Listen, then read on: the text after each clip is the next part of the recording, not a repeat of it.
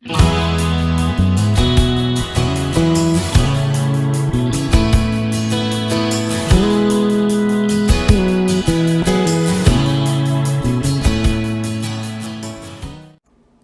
guys, it's Courtney, and today I'm going to be using the Love You Bunches stamp set by Trinity Stamps. This is part of their newest release. I'm also using the coordinating dies, and I'm going to go ahead and stamp out this large image with some antique linen regular distress ink, and I stamped this twice onto a piece of Canson watercolor paper. It is textured, and normally I'd probably only stamp it once, but I want you guys to be able to see on camera. Going to be using my Arteza watercolors here. You can see that I have my water and I also have a paper towel off to the side. I'm going to start off by mixing my colors. I'm going to add a little bit of the pink to my palette there, and then I'm going to mix a little bit of that same pink with a little bit of one of the reds just to darken it up a little bit, and this will mainly be for my shadow areas. Now, we're going to basically be doing some very, very, very simple watercoloring a couple of different ways so that you can still get the watercolor look without having a huge amount of talent when it comes to watercolor, because trust me, I'm trying. So for this first one here, I'm going in with a damp paintbrush here, and I'm just spreading out that pink color, and you can see that I'm not adding a ton of color here. Then while the petal is still damp, I'm going to go ahead and drop in a little bit more of that pink in those darkest areas. Now this petal is ahead of or in front of all the others, so there's not really going to be any shadows except for where it's coming out from the center of the flower. That's going to be the darkest area. Then I'm going to add a little bit of that pink mixed with the red also in that darkest area, and then I'm going to leave it alone for now while it dries, because as it dries, it will look completely different. I'm going to move on to the next petal here, and you can see that I'm kind of skipping around. You never want to work with two petals that are directly next to one another, because while they're still wet, they're going to blend. That's what watercolor does, and that's what watercolor paper does. So always make sure that you're kind of skipping around until that petal is completely dry. You'll see that I go back and forth. While this petal is still damp, I'm adding a little bit more of that darker color there just to get a little bit more texture. And if it does start to dry, that's fine. You can just soften the edges. And what I mean by softening the edges is going in with a damp paintbrush, not a wet paintbrush. So for this next petal here, I am going to cover the entire thing with clean water, and it's just a sheen of water. I'm not making a puddle here, and then I will drop in my color. But I'm doing my shading the same way. I'm starting off with that pink, and then I'll add a little bit of that pink mixed with the red, but I'm letting the water do pretty much all of the work here. Now, for a larger area, you may have to kind of push the color a little bit with your paintbrush, which I did in certain areas, but for the most part, the water is going to do most of the work for you.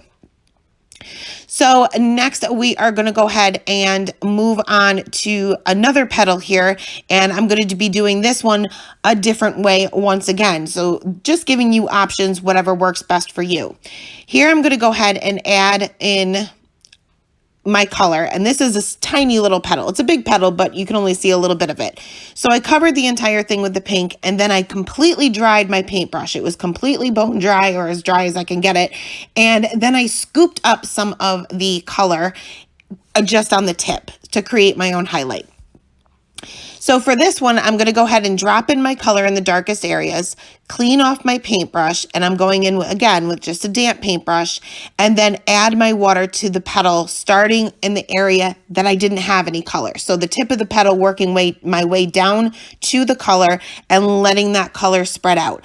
The color is only going to spread as far as the paper is wet. So that's why we kind of skip around and we don't work with petals directly next to one another, because that's what watercolor paper is meant to do. That color is going to go as far as it can, as far as the paper is wet. Sorry, tongue-tied.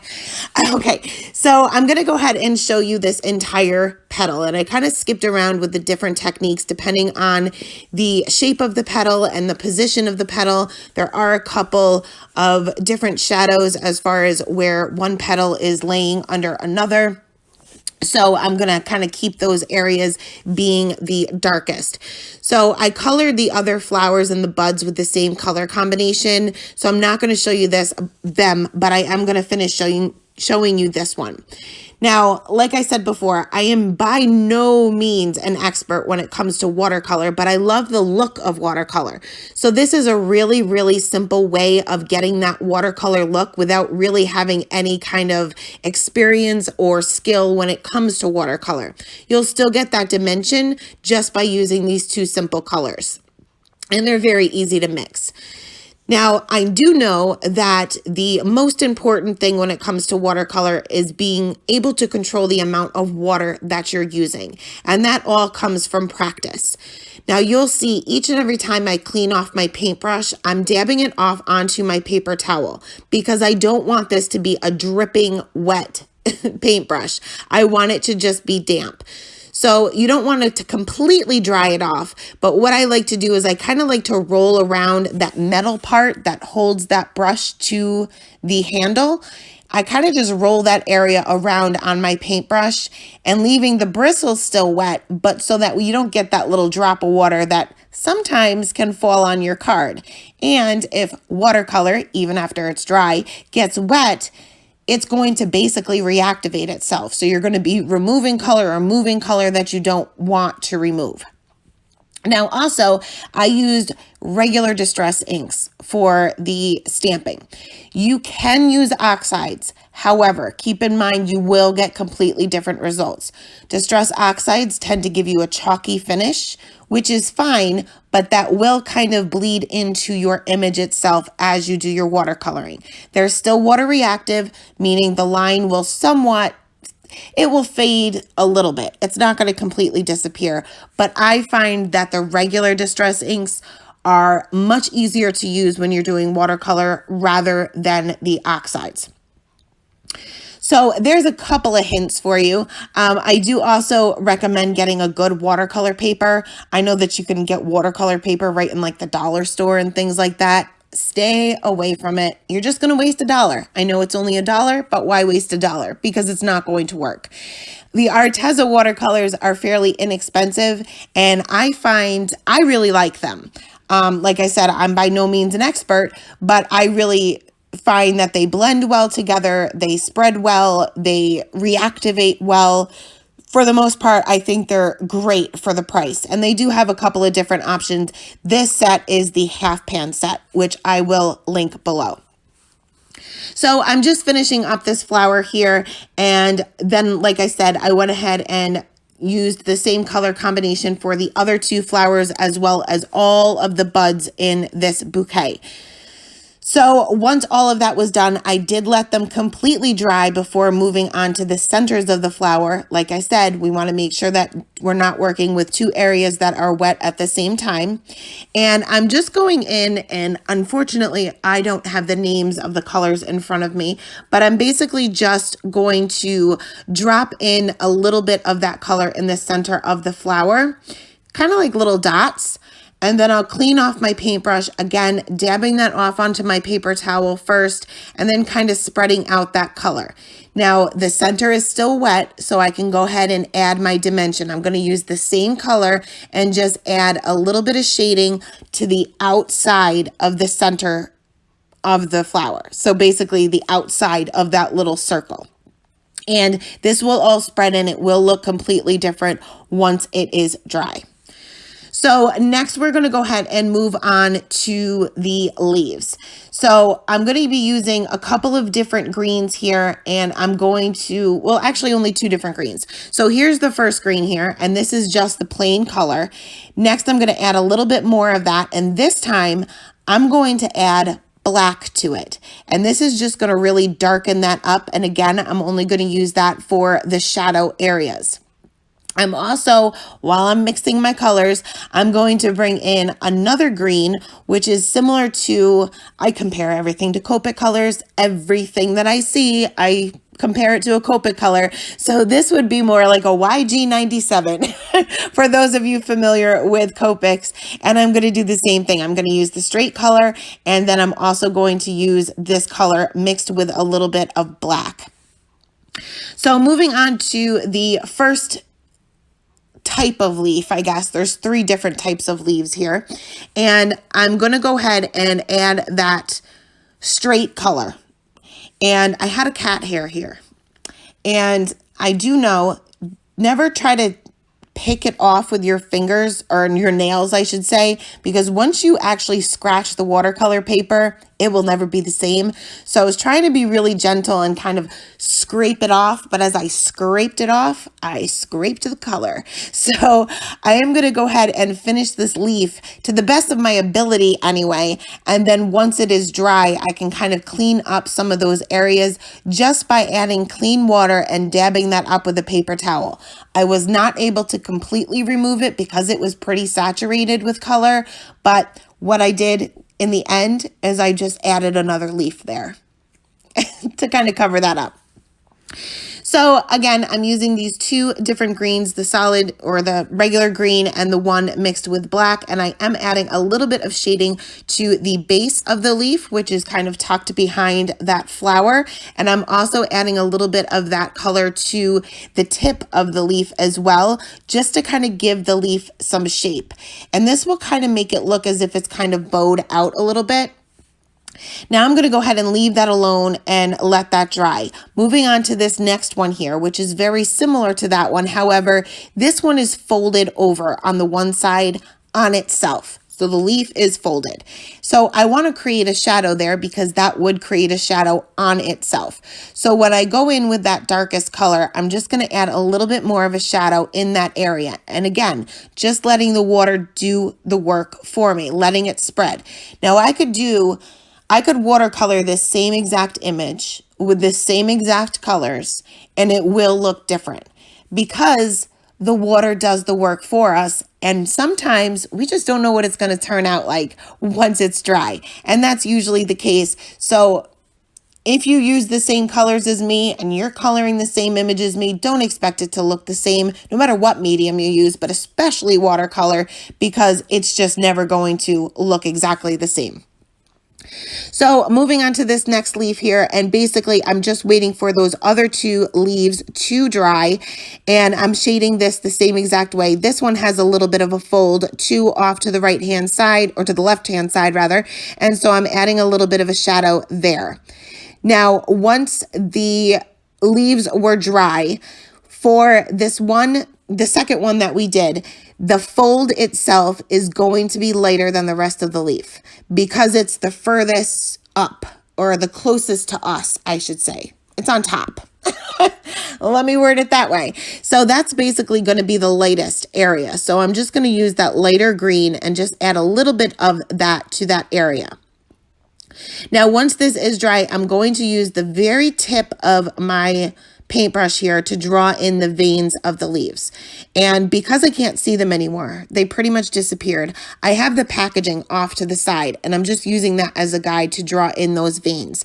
I'm using a number 2 round brush. You can pretty much use anything as long as you're just using the tip. So once those leaves were done, we're going to move on to this next set of leaves as well as the stems of the flowers. So I'm going to go in with this green, the regular green, and I'm just going to add this color in first. And this is going to be basically for the stem of these leaves as well as just the base of them. And then I'm going to go in with my damp paintbrush. Again, I did wipe this off, or dab this off onto my paper towel. And I'm going to go ahead and add my water starting on the tip of the leaves and working my way back down to that color to kind of get that reactivated so that it blends all the way to the tips of those leaves. Again, sometimes you have to work it a little bit. You'll be able to tell once you're actually doing it how much it's going to spread. Keep in mind, watercolor always reactivates itself with water. So you can always go back in and add more. So once that was done, I'm going to go ahead and add a little bit more of that green and kind of letting that spread, and then go in with the darkest green to add a little bit of shading. And I'm pretty much just adding shading to the stem. I guess it would be a stem. And where it's kind of tucked behind that flower. You can see sometimes I'm just kind of adding little dots just to add a little bit of texture. Now that texture will look really intense in the beginning, but as long as this area is still damp, it will gradually spread out. So for the stems of the flowers, I'm pretty much going to do the same thing. I'm using the same color combination here, and some of these have multiple areas.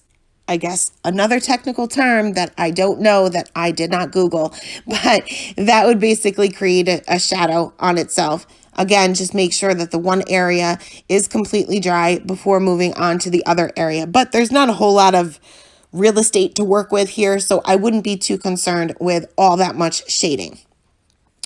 So once that was done, now these leaves that we just watercolored in should be dry. So I'm going to do the same thing as I did for the first set of leaves, and I'm going to go ahead and add the veins back in. Now these were a little bit wonky. They weren't straight through the leaf like the first ones were, and you can see that it wasn't completely dry, and they spread out a little bit. They're not as fine. They're not a fine line like the first leaves were. So while they were still damp, all I did was take another damp paper towel, listen to me, damp paintbrush, and kind of just dab that right over it to kind of tone it down and soften those areas up a little bit. And I liked that much, much better. So now that all of my watercoloring was done, you can see that leaf that I added in there to cover up my little smudge. I'm going to go ahead and align the coordinating die, and I used a whole lot of Post-it note tape here to make sure that this was not going to shift around when going through my Gemini, because I spent a lot of time on this. Watercolor is not something that you're going to whip out immediately. So once that's done and die cut out, we're going to go ahead and work on our panel itself. And I'm using a kind of like a beige color cardstock, and honestly, this is just in my stash. No idea where it came from, no idea what brand it is, nothing. But I am just going to go ahead and use some of the paint that is still on my palette, water that down a little bit, and spatter that all over the background. I had some focus issues there, not sure what was going on, so I apologize for that. But I also took some of the gouache, and this is white gouache, also by Arteza. Squeezed a little bit of that out onto an acrylic block. Again, water that down a little bit and spatter that in my background. Now, once that was completely dry, and this is not watercolor paper, so it took a little bit of time, I went ahead and adhered that down to a white A2 size note card. I was going to pop it up, but I still can't find my fun foam anywhere, so I'm going to have to break down and spend a couple of dollars and get some more. So I went ahead and adhered my floral arrangement down again with my Tombow Mono Multi Glue, and the watercolor paper is fairly thick, and this is a huge image, and it does have a little bit of warping because I added water. So I just laid my Misty on top of it just to make sure that the glue stuck to all of those little areas. So once that's done, I went ahead and stamped out my first sentiment with VersaFine Onyx Black ink right there on the front. And then I am trying, like Renee from Delaney Jane Cards was inspired to kind of stamp the inside and decorate the inside of her cards, I am also trying to do the same. So I'm taking this individual flower here and stamping that with khaki ink by Simon Says Stamp.